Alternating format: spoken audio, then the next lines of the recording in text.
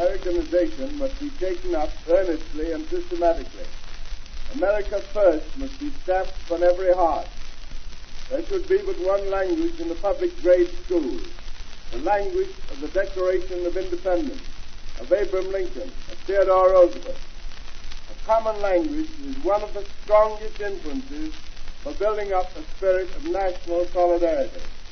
We must emphasize that hand in hand with equality of privilege and opportunity goes equality of obligation, in war and in peace, in fair weather and in storm. There is no room in this country for any flag except our own. There is no room for the red flag. It is opposed to everything our government stands for. It stands for anarchy, chaos, and ruin. Smash it. True liberty is found within the law. Law and order are the foundation on which rest business, confidence, and prosperity, without which there cannot be prosperous labor conditions. And without these, we cannot have increased efficiency and that increased production, which is the great remedy for the high cost of living. The war is over. We are confronted with the problems of peace and organization for the extension of our trade. We must spread the war burden over a longer period of years. We must relieve business of any taxation which strangles enterprise. We must look to the establishment of a merchant marine, the maintenance of a small but highly efficient army, and the first-class, ever-ready navy, and the development of a sound policy of national defense, a policy which places the obligation of service in war squarely upon all classes of our citizens. This country must never be allowed to fall into such a condition of helplessness that it cannot immediately become a force for right.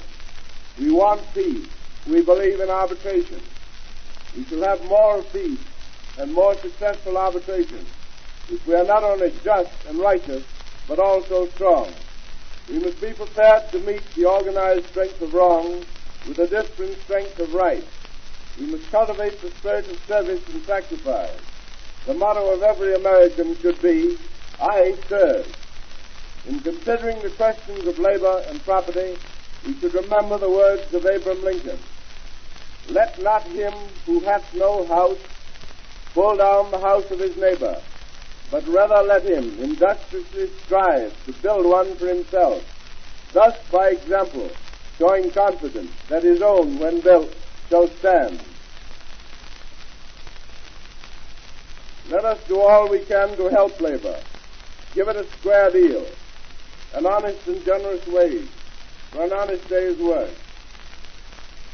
Labor is neither a commodity or a chattel. It's human.